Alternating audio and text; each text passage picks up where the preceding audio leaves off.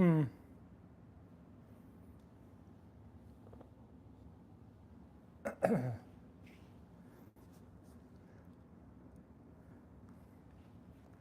keep throwing these parties and no one comes.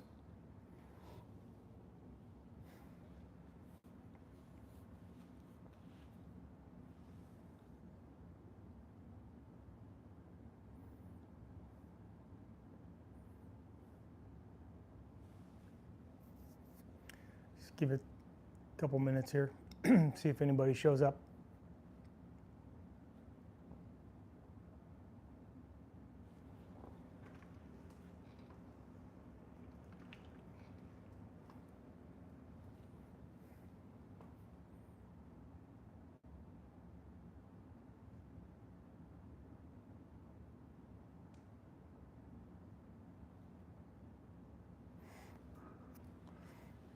How's everyone doing tonight?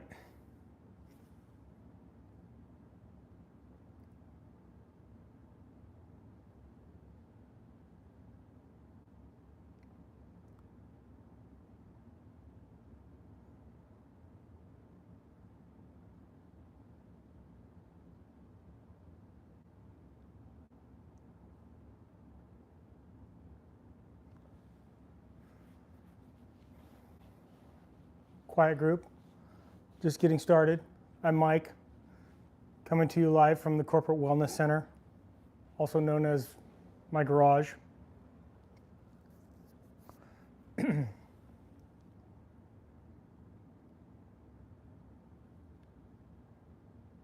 someone say something in the chat? Can you guys hear me okay?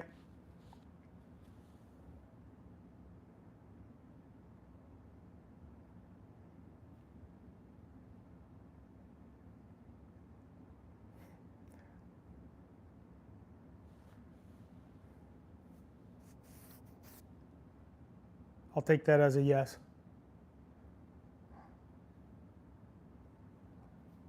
Hey, how you doing, Jeremy? Long time. Thanks for coming on. Hey, Mr. Bob. Do I know Mr. Bob? I don't know if I know Mr. Bob. I know a lot of Bobs. So, hey, I think I'll just get started. Maybe as people will trickle in, shoot your questions, and I'll try to answer them. I think in the description of the video, like, I don't watch what's in the bag videos. They're not my jam on YouTube. But I've had a lot of friends and a lot of folks online that subscribe and chat with me all the time who've asked me when I'm going to do it, and they just don't sound like a lot of fun to make. But I've started live streaming some stuff, and live streaming is a lot easier and it's a lot more fun because it's interactive, and it would be way more fun to answer your questions about the crap that I keep in my bag than it would be for me to guess and to make a video and post it up there. So hopefully you got some questions. Well, I'm glad you made it to this one, Jeremy. Do I have a 250cc? Well, my 3-wood's probably that, and I did look up a few stats on some of my stuff. I did, up until about 5 or 6 years ago, I had a driver that was, I believe it was 400 cc's.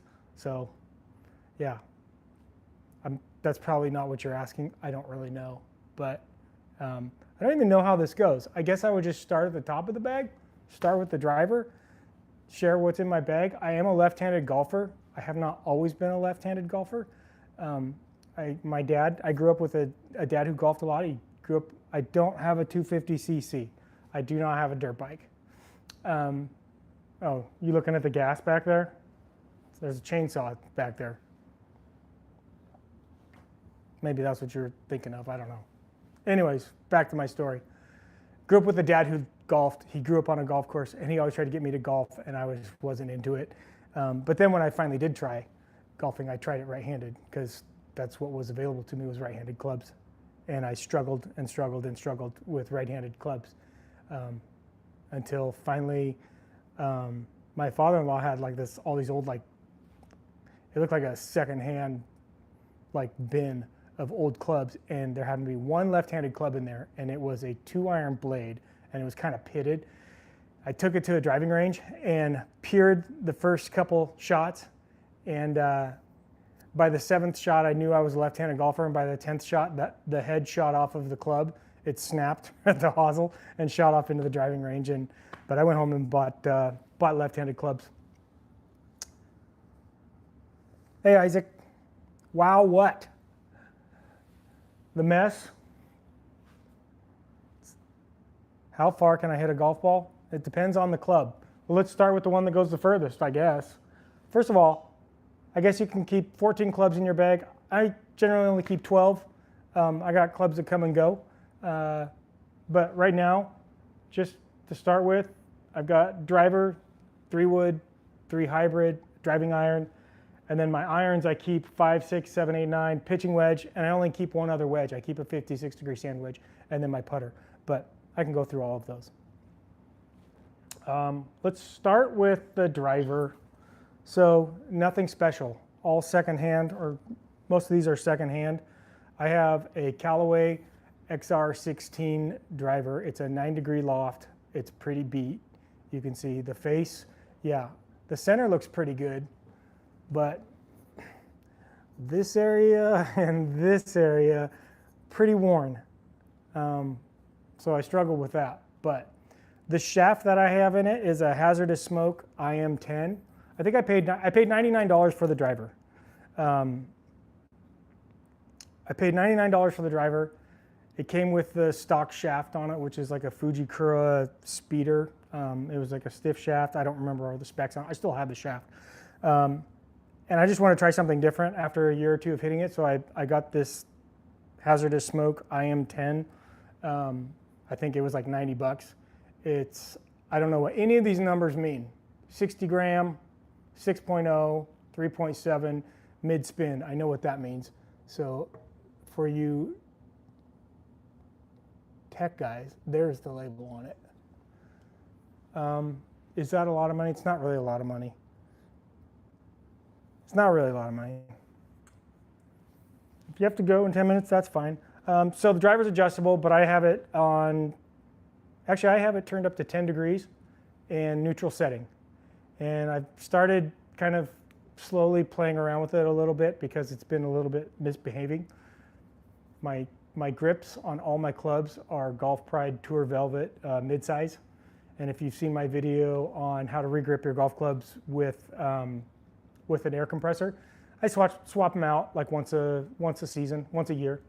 I go through them quite a bit. I'm up to 80, almost 90 rounds this year, and we're in October. And so what I never realized before I started golfing that much is that when you golf that much, you really go through equipment. Like I burn through shoes, I burn through grips. Just stuff gets worn out fast when you're playing that much. I wish I played better for playing that much, but I don't. So thanks for the sub. Okay, so that's the driver. I don't know. Any questions on that? I may be able to answer them. Probably not, but I could try. The 3-wood is same XR16. It's a Callaway XR16. I think I paid, let's say I wrote that down. I paid $38.99 on Callaway pre-owned for this. This still has the stock speeder shaft on it, the Fujikura. And let's see, which one is this? This is S-Flex, and I don't even see any other specs on it that I could share with you if you really cared about those specs and what's going on with this 3-wood. But my 3-wood, in the summertime when it's warm and I'm playing a lot, I hit my 3-wood and expect it to go 240, 245. And the driver, when I'm playing smooth and hitting smooth, it's 250, 260 carry. When I'm really having a good round and smashing it, it's out there 280 carry plus. And then when it's misbehaving, who knows? It goes anywhere and everywhere. So that's the other two clubs at the top of the bag. XR15, so it's 1 year older. XR15 3 hybrid. Sorry, I realized right as I hit live that I maybe should have gone ahead and washed my clubs before I did this. So the XR15 3 hybrid, I swapped this into my bag and pulled out my 3 and 4 iron for a while because this is a little bit more versatile. That's really the only reason. I wasn't struggling to hit the 3 and 4. I hit them really well, but this is just a more versatile club for me. And again, I bought this one on Callaway pre-owned as well. And what did I pay for this? $50.99. So yeah, between the driver, the 3-wood, and the 3 hybrid, I'm into it. About $300 into my bag. So Project X 5.5 R, which I assume is regular flex. So that's what I got going here. The 3 hybrid, where the 3-wood is a 240 carry, the 3 hybrid, I'm hitting that and looking to carry anywhere from 210 to 220 is the carry. Occasionally you catch the flyer and off it goes and it launches, but that's sort of what I'm looking for when I'm that far out and want to hit a shot that far. That's what I'm going for with the 3 hybrid. There's one more club at the top of the bag here. This is recently reintroduced back into my bag, and this is a Haywood out of Canada, a DTC club maker, direct to consumer. This is a Haywood signature driving iron, SDI, and it's stock 18 degrees, but I had it bent, had them bend it to 16 degrees, which is, I think, the same loft as my 3-wood. This is strictly off the tee club. This is for when I'm having issues with the driver, having issues with all of my other clubs off the tee. This thing just goes straight and long and works great to kind of get me back on track. Hazardous RDX smoke, 6.0, 80 gram HY, whatever that is, low spin, 2.4. Again, got the Golf Pride, Tour Velvet Golf Pride mid-size grips. So, and the BB&F ferrule that I had them add to that for whatever cost, I can't remember. I think it was free. This was $150 for this club. So this thing is a rocket ship. When you connect on this, it will go 250. I can carry it 250, but that's not really what I'm looking for. I'm looking for, 220, 230 carry and just straight.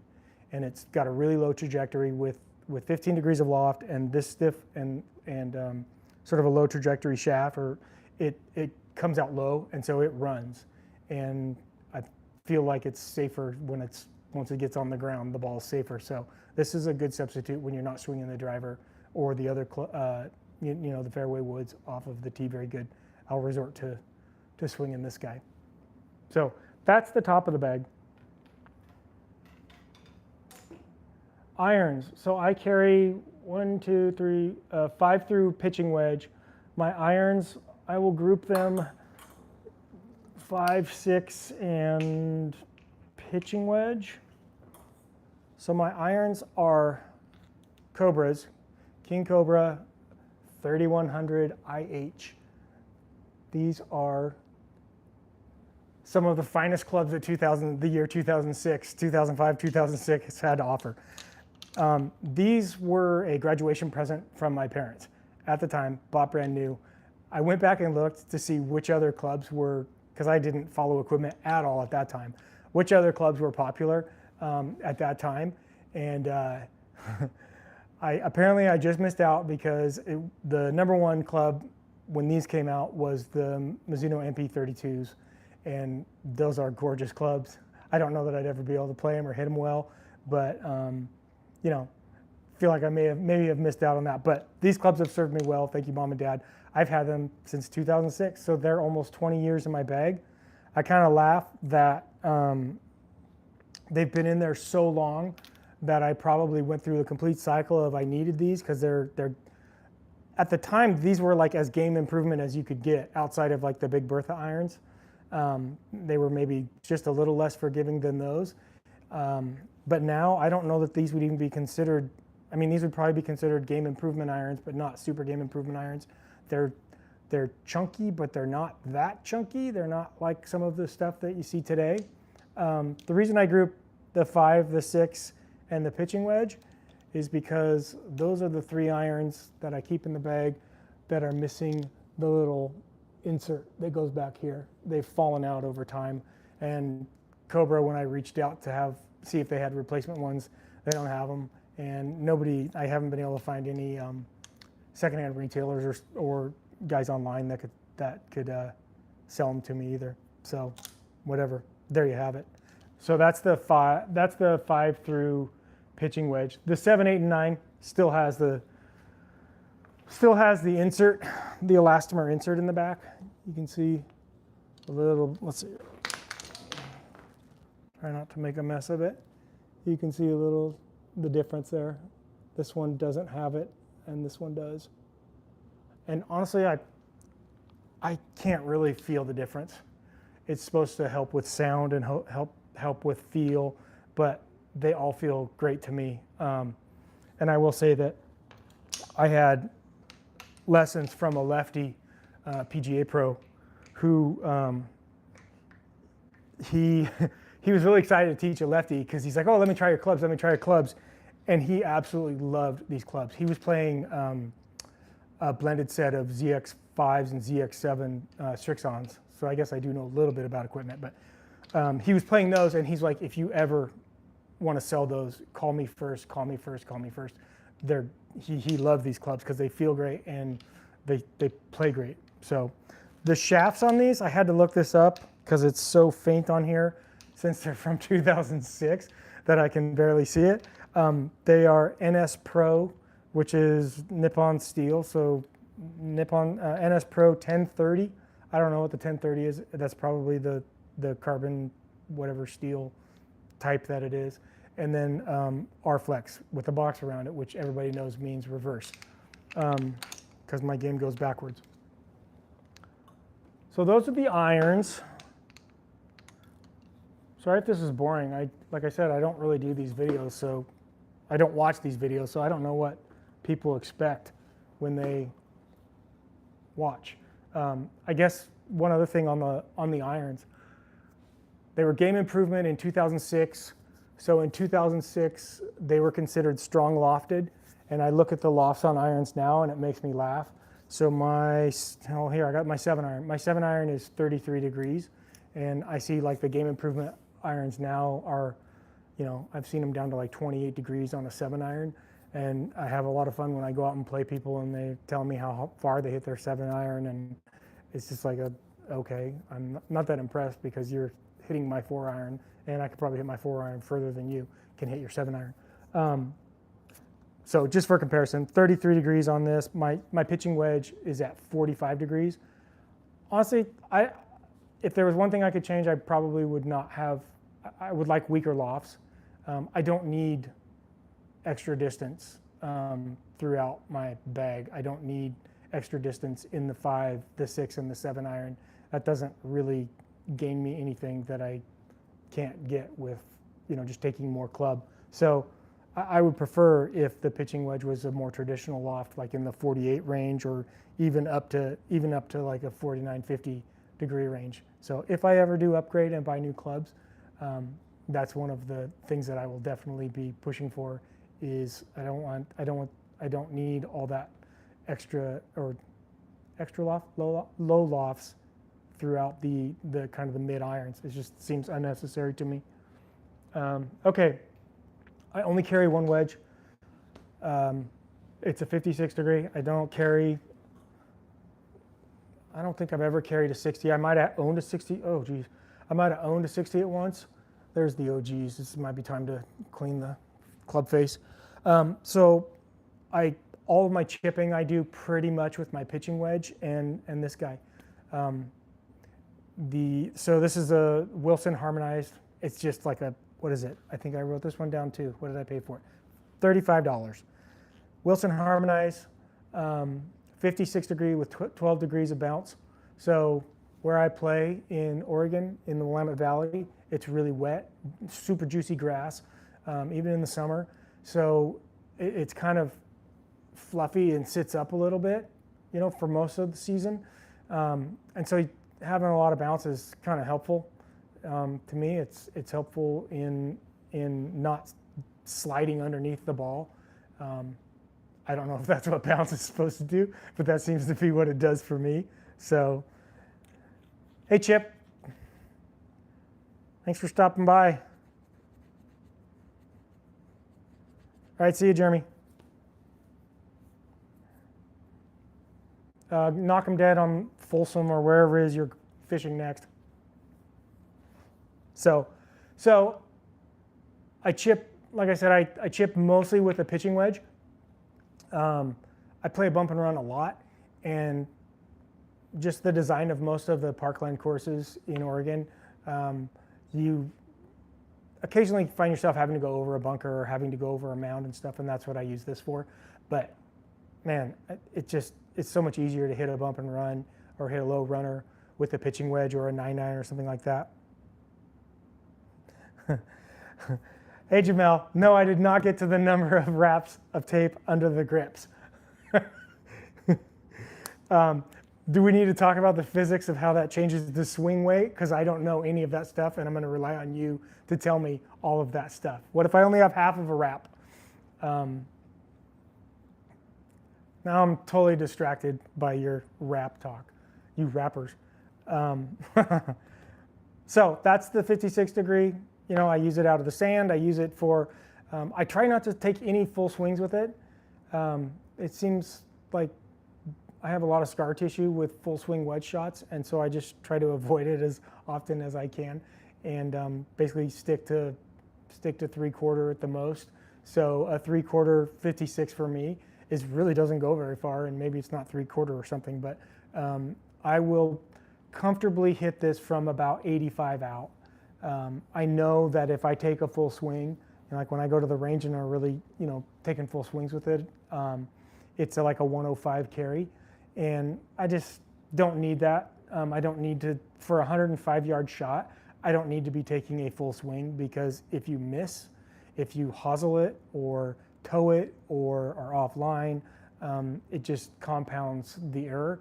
And so I would rather hit, a very controlled 3/4 or half or 2/3 sort of swing with the pitching wedge, and just play a low flighted shot in there that rolls in. So that's the sand wedge. So Jamila, you're just in time. So I only carry 12 clubs, or actually I usually only carry 11, but right now I'm carrying 12 because I added a driving iron back in. The last club in my, let's call it my active bag, is the putter. I don't know what brand it is. I will say it says Tostitos on it. So why do I putt right-handed? Why does my putter say Tostitos? The grip isn't even straight. Why do I keep this putter? As I shared at the beginning of the stream, I started out golfing right-handed because that's what I had available to me. When I used to work for Frito-Lay, my wife still works there. She's worked there for, I don't know, that's where we met. She's worked there for 25 years, 26 years. My boss, they would give sort of, not perks, but like branded merchandise, like things like jackets and stuff like that. And at Christmas time, boss came around and says, "Hey, do you golf?" And I was like, "Yeah." And at that time, I'd golf like maybe 2 or 3 times a year and thought that was a lot of golf. And he said, "Hey, I got a putter for you then. I got you something." And so he brought me this putter. It was brand new at the time. It was like super shiny brass. Clearly, I don't take very good care of it. It's clearly pretty rough, but I like the patina, and I just love the way it feels. And so when I switched to left-handed golfing, I kept the putter. And actually up until 3-4 years ago, I still had my 56 degree sand wedge in right-handed. And so I would play a whole round left-handed until I got around the greens and chip right-handed and putt right-handed. So that's what it's all about. That's actually not multiple Christmas trees. If we want to talk about what's behind me, that is box 1 of 2 and box 2 of 2. That is I think it's 14 foot tall artificial Christmas tree that comes in 6 or 7 pieces with like 1 bajillion lights on it, with a dimmer switch and all sorts of remote control stuff. So it's actually one of the best investments that we've ever made. It was really tough as an Oregonian to buy an artificial Christmas tree, but even up here where most of the Christmas trees that everybody buys in the US are grown, like actually within like an hour of my house, they were getting outrageously expensive. So for us to buy a tree that size, we were the last Christmas tree we bought, and we went to the U-Pick, we cut it down and we were right there. It was almost, so this is like a little over $200. And so we bought that at Costco, and every year I just keep dividing that cost by how many years we've had it, and it's been for a couple years now, it's been under the cost of a real tree. So it has definitely been worth it. Highly recommend it. It does have a ton of lights and you can change the colors and all that stuff. So yeah, your wife would be in love with it, I'm sure. So anyways, that's the putter. I don't know if there's any questions on that. No clue what the shaft is. I didn't even know that people cared about putter shafts until seeing guys, Jamel, you're one of them, maybe, talk about putter shafts in the Discord, one of the Discords that I'm in that's golf related. So, that's what it is. I love this putter. It feels great. I don't know that I will ever try to putt with anything else. I've tried the Kirkland. My wife has the Kirkland putter. It's a fine putter. It's really heavy. I don't like the huge grip, and I don't like how heavy it is. So that's the active bag. Just a second.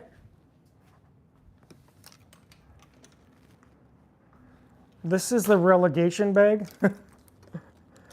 I know you're a gear junkie, Jamil. Most of the guys in there are, and I think that's great. And I love listening to you guys go on and on and on about gear. And usually I have nothing to add but sarcastic and snide comments, usually making fun of you guys for it. So what's in the relegation bag? These are clubs that are either misbehaving, actually a club that is misbehaving, and then two, this is the 3 and 4 iron that I've put in here because the 3 hybrids is more versatile for me than the 3 iron or the 4 iron. The 4 iron may actually go back in the bag because as it gets colder up here, where I use my 5 iron a lot, may not give me the carry that I need, and I may switch to the 4 iron. So 3 and 4 iron in the relegation bag. Alignment stick, orange whip. Yes, I'm old, almost 53. Here's the original speeder shaft from the driver that I bought secondhand. And it's got, at the time, I really liked the pure grips. These are bright green pure grips. This shaft is cut down to 44 inches or 43 3/4, something like that. It's short, and I love it. But I still like to try the longer shaft that I have in my driver currently. The last club that's in the relegation bag, actually this should just be in the full-on eject bag. This is, it is a Bob Vokey Titleist 252, what is that? A 252 model, I don't know what that is. 8 degrees of bounce, 52 degrees. This thing I've nicknamed Judas because Judas will betray you at least 3 times every round. I don't know what it is about this club. I've never hit a hosel on one club more than I have hit the hosel on the, probably not in all my clubs combined, have not hit the hosel as many times as I've hit the hosel on this damn thing. I can't explain it. I go to the driving range and I hit the hosel. I take it on the course and I hit the hosel. And so I don't trust it, so it's out of the bag. I will cannibalize the grip and probably put it on something else. But also, I don't really need it anymore. The gap between my pitching wedge and my sand wedge is pretty significant in terms of distance. Pitching wedge is, when it's colder, it's like a 120-yard club, but when it's really warm in the summertime, if I really want to step on it, it's a 150, 145 carry. But I try to play it like a 115 club most of the time, and so there's a gap between the sand wedge and the pitching wedge, but I don't find myself in that area very often, and I can always just take a 9 iron or do something, different with a different club. So that's the relegation bag. What else? What else do people do in these, Jamil? This is my push cart umbrella, absolutely necessary in Oregon. I I guess this is how I film all those videos, or any of the videos you've ever watched. Throw the umbrella up, stick my tripod. I have a short little tripod that sticks right in here, and that's where I film from. What do I keep in my bag? Oops, skateboard down. Let's go through the bag. Well, here, we'll start up here. In my cart, geez, I'm such an old man. Cough drops. Cough drops, necessary. Pencils, a groove cleaner, which clearly I don't use often enough. And of course, the topless lady tee, because who doesn't need one of those in their push cart? The ball that I'm playing, I'll play just about any ball, but right now I play, as the weather gets colder, I moved to a softer ball, and I've been playing Super Softs, Callaway Super Softs, which honestly, they feel great for me. They feel great on full shots. I feel like they actually go further and straighter than most of the premium balls, at least off my irons. They're maybe not the best sometimes when I've got to hit like a really high lofted shot that I need to stop on the green. They're not the best, but you know, whatever. They're pretty good, and they're cheap, and my wife plays them too, so we just buy a giant bag of them and off we go. You don't need to see my tees. I just carry whatever in my pocket. I usually just carry one long tee for fixing divot marks, and then I carry one of these magnetized, these magnetized ball markers that have the little one that comes out. I like to put my big one up if it's close to my wife or my brother-in-law's line, because then they invariably hit it and bounce off of it, and then they blame me. And I tell them I'm sorry, I didn't see it. So I got one from Sheep Ranch, which I'm getting ready to go back down there in 5 weeks, down at Bandon Dunes, and one from Bandon Crossing. If you care about that stuff. What else do I have in here? Oh, probably the most important thing I keep in my bag. This looks bad, but this is Tums. You got to keep Tums in the bag. That's what happens when you turn old. In this pocket, I keep a laminated tee sheet. I'm a member at a club, and I play the same club a lot. So actually I have most of this memorized by now. Don't really need it, but it's still in my bag just in case. Another super important, right up there with the Tums, and probably need to keep it with the Tums, the flask. And it's not really a birdie bottle. I do pretty good on birdies. I think I looked the other day. I think I have 60 birdies so far this year. It's empty right now because we're doing a dry October. It's really sad because my club makes really good slushies. So, flask, card, my training aids here. I think I've talked briefly about these in a video. I have a towel. This is just a small hand towel, and then a dry erase marker.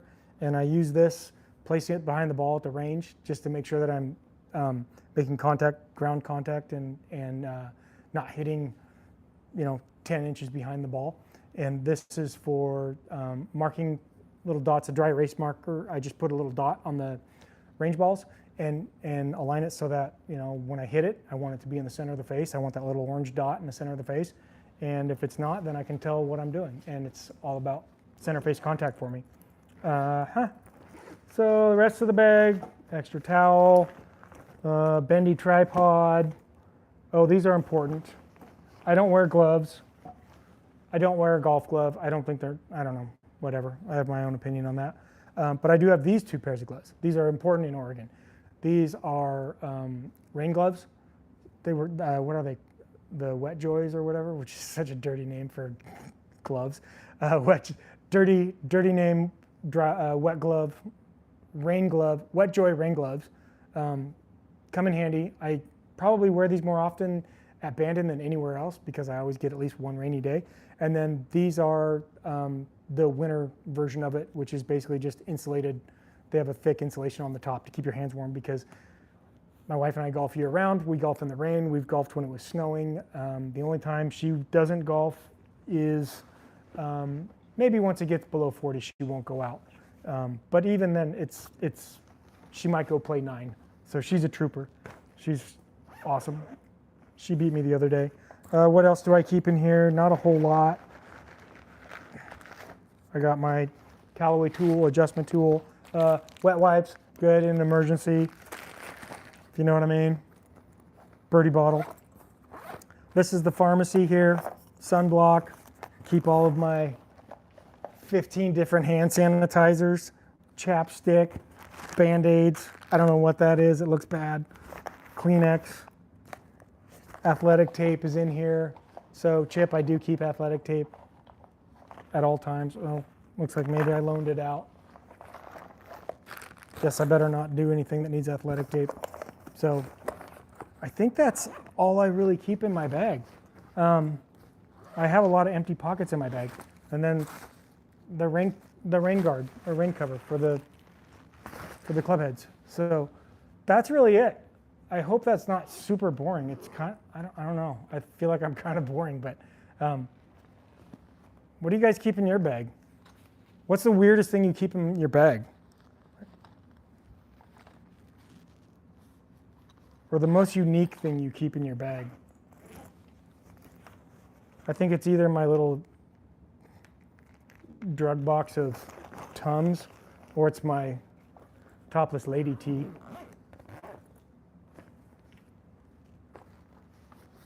Towel. That's it.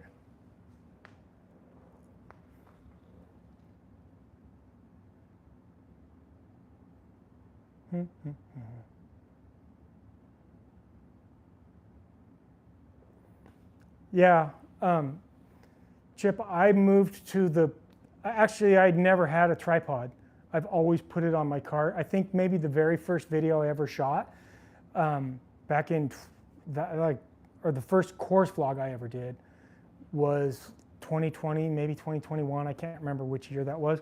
I had a stand bag and I had just a little tiny, like a mini tripod, and I would sort of prop it up, right? Put the stand bag down, prop it up. And then once I got the push cart, I immediately was like, oh, I'll just use the umbrella holder. And so that's how I do it. Trying to think here. The coolest thing is, I mean, I play in the rain a fair amount, especially moving forward from now until probably, May, April. So you get like these Gorilla, like there's metal in here and they're bendable. So I can use this to put the umbrella in, and then this just like, you're just doing this. You're tightening your tripod on there, and it's got this adjustable, it's called a cold shoe. I got a cold shoe so my iPhone holder just slides right in and out, and I got a level on there and I can level it and then tighten it, and there you go. And you hit record and off you go. So that's how I do it. I don't think I'm unique in that. I didn't want to be the guy running around with a tripod. I'm pretty stealthy and incognito, and people generally have no clue that I'm actually recording unless they see my microphone. I don't know if I believe you, Jamel. Nothing unusual in your bag. No unusual clubs for a gear guy?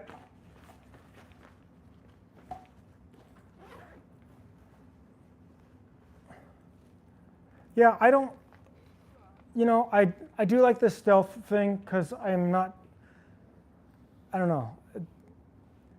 I have not had bad experiences with people finding me recording on the course. Most of the time they're really curious, and then they'll ask, hey, what's your channel? And I've had guys sitting in a cart. They said, oh, do you want to play through? And I'm like, no, I'm not in a rush. I'm just playing and recording. And he's like, yeah, I saw your microphone or whatever.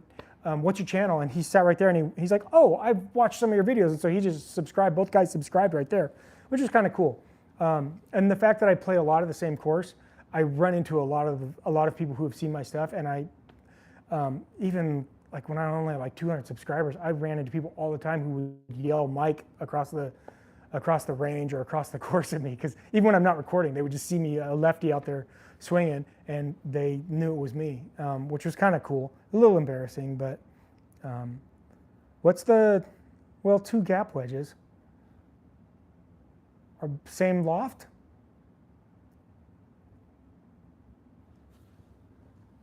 Same loft, Jamel? Hey, par 3 bogey. I'm trying to remember, is it, I think it's Mark. I don't know what the Golf Buddy attachment is. Maybe I should look into it. I'm assuming, is it something that just fits right into the umbrella holder? Yeah, local hero. The best part about that chip is it's the ones who do that, they're all high school kids. So my club, four local high schools and a couple of the small like D3 colleges in town use our club as their practice facility, and it's a home course for a couple of them. And it's the high school kids that, for what, they're the ones that are on this all the time. And they're the ones that are always yelling at me and saying, hey, Mike, hey, when are we going to play? I watched your video. Oh, are you recording today? So it's fun. My youngest daughter is a coach for high school sports, and she's a high school teacher as well. And so all of her teams, like, when they would be on road trips or whatever in the van and they're bored, like, oh, we're bored, we don't know what to do. She'd say, well, just here, watch this. And she would send a bunch of them to my channel. And so a lot of my subscribers are actually high school kids. They're boys. She coaches boys volleyball, so the boys volleyball players, a lot of them will watch these videos, I guess, because they're bored. So okay, it screws into the umbrella hole, then you secure your phone. Okay, that's what I figured. I think I've seen something like that, but haven't actually tried it myself. I have a couple, like the tripod that my phone is on right now, sort of 2 legs of it will slide in, and it's kind of handy that way. I don't know. I monkey around with ideas for what's the easiest way to like stealth shoot, but I've been doing it the way that I do it for a long time now, or what feels like a long time, and I'm able to do it really fast. My setup is super fast, super simple, and pretty much bulletproof. I don't have a lot of problems with it right now. So Jamel, nope. My set gap wedge is 7 iron length. Oh, okay. Okay. 47.5 and I have another 50. Okay. So you have a longer wedge. What's your pitching wedge? Like 47.5 to 50. So then you go 54 degree sand wedge, and you don't carry a lob wedge, right? Huh. I feel like if I was going to redo sort of that bottom end of the bag, the 56 is not the right loft. The gap is just weird between a 45 degree pitching wedge and a 56 degree. That's a huge gap. That's why I bought the 52, but then Judas betrayed me so many times. I put him in the relegation bag, and I'm thinking about giving him away. But I don't know if the first tee wants a demon-possessed gap wedge. Probably would be a bad donation. But at a 50 degree pitching wedge, unless I got a new set of irons and had a different loft, I think I would prefer to go from a 45 to a 50 degree gap wedge instead of 52, and a 54 degree sand wedge instead of 56. So you do carry lob wedge, okay. 13 clubs, yeah. I've got, I don't know if you were at the beginning, but I carry 12 clubs, and actually all summer long I was carrying 11 clubs. I added back in my driving iron when the driver started misbehaving, and then the 3-wood also copped an attitude, and I had to find something to put back in the bag that I could hit off the tee with some confidence, and so I went back to the driving iron. So I'm currently at 12 clubs in the bag, but oh, our swing length irons, the lofts are juiced. Yeah, that's really juicy. What do I got? 41 degrees. Is that what it says? Your pitching width's 41? Yeah, 41. So what is that? That's my 9 iron. So 1 club difference on that. My 9 iron's 41 degrees. So, yeah.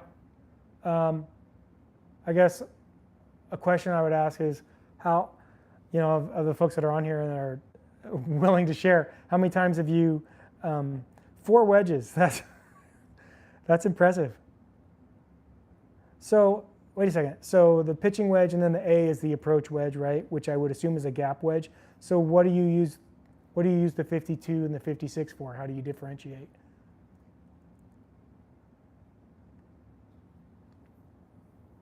I guess if your pitching wedge is lofted like Jamel's at 41, then your attack could be, whatever, 40, probably 45, like my pitching wedge is, and then you gap it up to 52, something like that.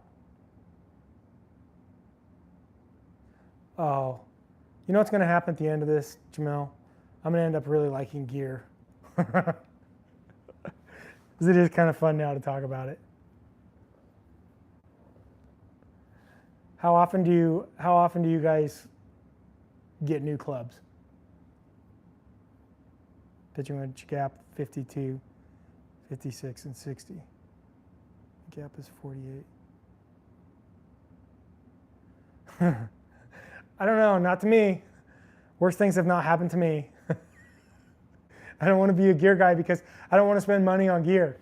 I would rather spend money on playing. That's probably why I have avoided the gear thing for so long, is that's not where my golf money needs to go. My golf money needs to go to playing as much as possible. Probably should go to lessons too, but well, whatever. I'm doing fine. Only club that I purchased new is my putter. Everything else is used. Yeah. I take that back. My driving iron is the only thing I bought new, and that was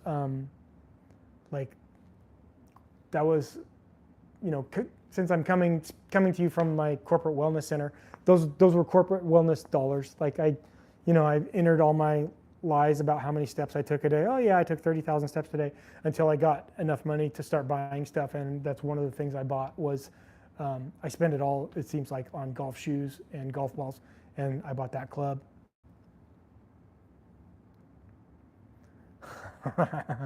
You spent too much, it's a problem. Yeah, I think if you didn't spend so much money on golf gear, you could have a Christmas tree like that.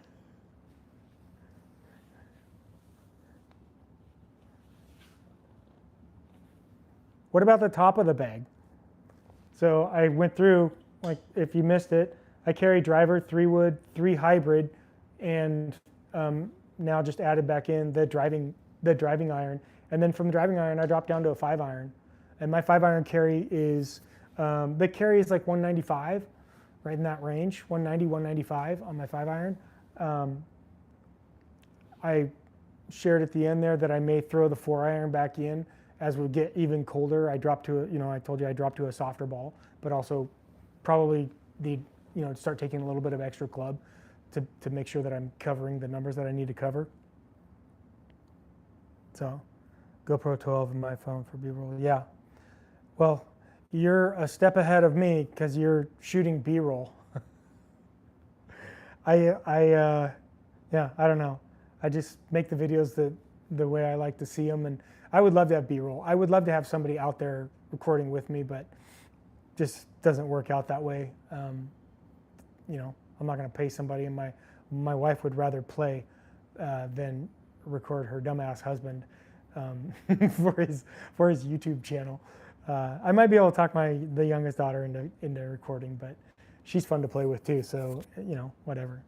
Took out the 3-wood and 3 hybrid and put a 5-wood and the second gap wedge. So I'm driver, 5-wood, then 5 iron wedge. Okay, so you start at 5 iron too. Do you even have a 3 and 4 iron?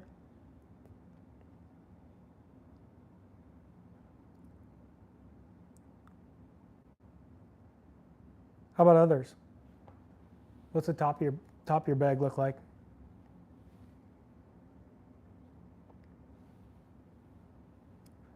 And Jamel, I think we both know several people that carry multiple putters. Can't elevate them. Yeah. Part of me wonders so I hit my irons incredibly high, and part of it is part of it is just the design of the club. They were game improvement clubs, so I'm sure they have a low center of gravity and launch the ball. They're not super juice lofts, but the shafts are probably too soft for me. I'm not sure. I don't really know that much about it. Yeah, we should talk about putters. I don't know. I don't know enough about how the interaction between the sort of the flex of the shaft and ball flight. I just know like a softer flex is supposed to, I think, launch it higher. I hit my clubs really high, but not so high that it's like costing me, and it's actually pretty handy. A lot of stopping power with all of my irons, and also it's full circle, right? My clubs I've been playing them for almost 20 years now. I'm probably not too far away from the stage of my life, despite the fact that there's a weight rack back here and I lift a lot, where everything sort of slows down, the swing speed slows down, and maybe I'll need those softer shafts to work anyways. So, hey, thanks. Yes, we should collaborate. I will reach out. You're too close and recording for us to not get together and do something together. So thanks for stopping by. How many putters do you have, Jamel? Are you going to tell us? Let's see, who in the chat has the most putters? I've got one.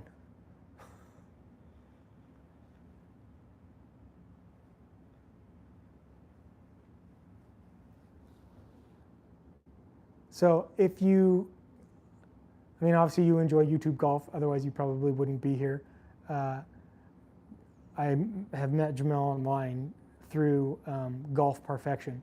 So I spent 7 years living in the Bay Area, and Golf Perfection is an awesome channel. Matt he's such a great guy, and his channel is awesome, and he has a Discord, and the Discord is fantastic. It's mostly Bay Area guys, unfortunately. I don't hold that against them, but that's what it is. Jimmy Deb, located in McMinnville, what's your favorite track in Oregon besides Bandon? Actually, you know what, Jimmy? Bandon is not my favorite track. I love Bandon. I'm going there in 5 weeks. I don't want this to sound like a humble brag or even a brag. I am so lucky. My company, it's a smaller company, but we do really well, and the boss is a golfer, and I am making my 9th consecutive trip to Bandon that we go every year. I'm now the one that's sort of in charge of booking it and making all the arrangements. We go every year. It's all company paid. We drive down on Thursday before Thanksgiving. We used to do it the week of Thanksgiving, which I will tell you is a great time to go to Bandon, but so is the week before. Unfortunately, the prices drop the week of Thanksgiving, so we pay a little bit more, but it's always at least one day of bluebird skies. So we drive down on Thursday and we play around Thursday. We stay on resort. We eat at McKee's or we eat at Ghost Grill, and then get up the next morning and we play another round on Friday morning, and then we grab a bite to eat and we drive back up to Salem. So, but yeah, as much as I love Bandon, it's a whole other world experience. It's not my favorite course. My favorite course in Oregon, besides Bandon, is Gearhart. I think if you watched the conversation I had with Sydney Ray 2 nights ago, I did a live stream with Sydney, and Sydney has a channel, Sydney Ray Golf, and he's out. I didn't ask him specifically, but I think he's like West Salem or out in Dallas. And we were talking about it. My dad's parents owned Gearhart Golf Course through the 50s, 60s, and into the 70s. And he spent most of his life, all of his youth growing up in an apartment above the clubhouse, and there was a diner at Gearhart. And he started mowing greens with his older brother and his sister, mowing greens when he was 5 and 6 years old, started caddying. I grew up my whole life after my grandparents retired and sold the course. They built the house that sits on the 18th green, and so I grew up my whole life going every holiday, every vacation, summers, going to Gearhart and staying right there on the 18th green. And my dad always wanted me to come golf with him, and as a kid I was bored. It was at the beach. I wanted to go to the beach. I didn't want to play golf, and I wouldn't play with him. And I regret that a lot now. I regret that. My dad, his brother, and his sister all have laminated lifetime membership cards at Gearhart. And so every time we go there, he just can walk right on, and he's good friends with the pros, and even speaks with Tim Boyle, the CEO of Columbia, who owns the course now. So it's a super fun course, but it has so much nostalgia and stories and everything else in it for me that other people wouldn't see. Every daffodil on that course is there because of my grandmother. There weren't any. She planted daffodils, and they've tried so many times to get rid of them, but they just keep coming back. All of the trees that were removed like a couple years ago when they took it back to sort of like what it was like when my grandparents first bought it, all those trees were planted by my grandfather. So, but it's cool. They should be gone. They shouldn't be there. But Gearhart is hands down my favorite course in Oregon.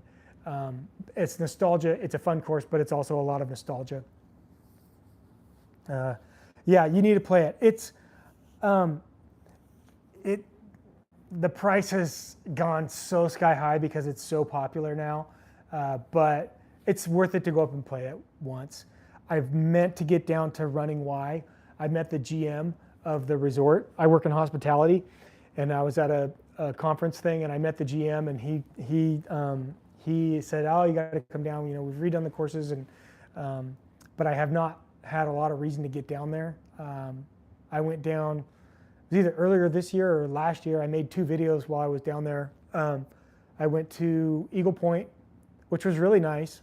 Too many houses, but it's a nice course. Played Eagle Point, and then on my way back up, I played Emerald Valley in Coburg, but have not gotten all the way out to running Y. That's on my list.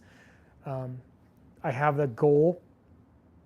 of Mike Golfs Oregon, right? It started because my goal was I was going to golf every course in Oregon, but I have a membership, and so and my wife is my golf partner, so we're always golfing where we've already paid, and I don't get out to other courses as much as I would like to and should if I'm going to say that I'm going to try and golf every course in Oregon. But there's actually not that many. It's a totally doable goal, and there's been a couple of old guys on YouTube. I forget the names. There were 2 channels from several years ago who I think one of them actually did it, and then the other one was pretty damn close. So it's like close to like 200 courses or something like that. Chip, you absolutely have to come play Oregon golf. Like there's way more courses in Arizona. I will say the thing about Oregon golf that people don't probably realize unless they really think about it or have been here is that there is not one type. So you go to Central Oregon, you go to Bend, or where he's talking about running Y is kind of like, I think is more mountain golf. But you go to Central Oregon, has desert golf, like more like, sort of like a little bit more targety. You look at pronghorn courses and stuff like that. So it has that high desert. The high desert's awesome. So you got mountain golf. I've done a couple of those. So I think I've done two course vlogs for Glazed Meadow at Black Butte, which I'm going to next weekend. Those are mountain courses, Glazed Meadow and Big Meadow. And then you've got high desert in Bend, all of that, like really dry climate, lots of sunshine, and it's just a totally different vibe, different kinds of turf, different style of golf. Then you come to the valley, so you come west of the Cascades, you come to the valley where I'm at, and it's all parkland, it's huge trees, it's really wet in the wintertime, but a lot of rolling hills, just what you think of when you think of parkland courses. Then obviously when you go to the coast, Bandon's not the only place that has sand-based golf. There's not a lot, but there's other places too. Florence is one. Then you can head north. Gearhart is the same. It's a links course. Manzanita, kind of, and a couple other places sprinkled here and there. So you have coast, you have parkland, and then you have mountain and high desert courses. So it's really a pretty wide variety of golf that you can play here. So. Most nostalgic course, isn't it? What's the course?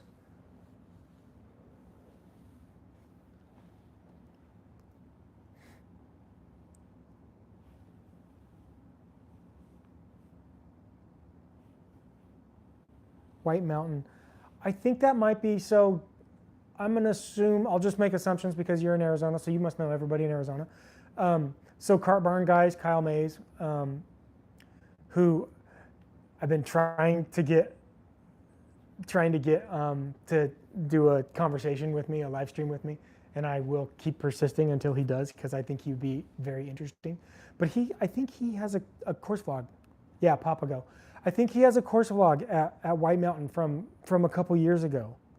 I think that's the one. He did one up in the mountains of Arizona, and is not what you think of when you think of Arizona golf, and it was awesome. And I think I even made a comment to like, hey, you should just make every course vlog from this course because it's so beautiful. Yeah, maybe not. If it's private, probably not. He doesn't strike me. Well, he's a Troon employee. Is it a Troon course? Because if it's a Troon course, he may have got on. I don't know. So Jimmy Dub, if you're still on, what's your favorite course? If you're in McMinnville, I think that whatever that country club is up there it's a reciprocal of Creekside, where I'm a member. I just haven't got up to it. Michael Brook, not Troon. Okay. I'm assuming that just dawned on me that it was probably a Troon course that he played, but it was really, really cool.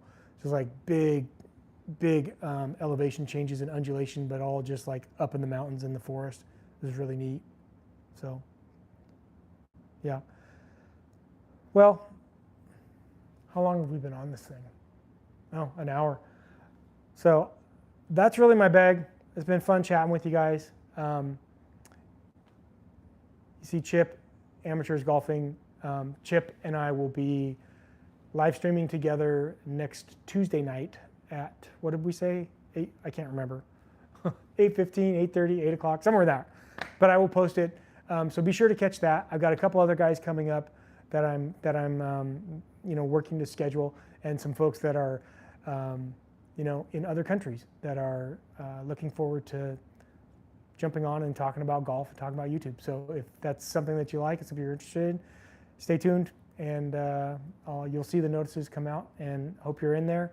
Subscribe and comment and ask questions and interact, because this is kind of why I think a lot of us like to do YouTube, is because it's a community, and there's nothing more community than having this live interaction. So thank you all for jumping on tonight and spending a little time with me. Hopefully I didn't bore you to tears and or make you disgusted with the kind of equipment that I play with, but that's me.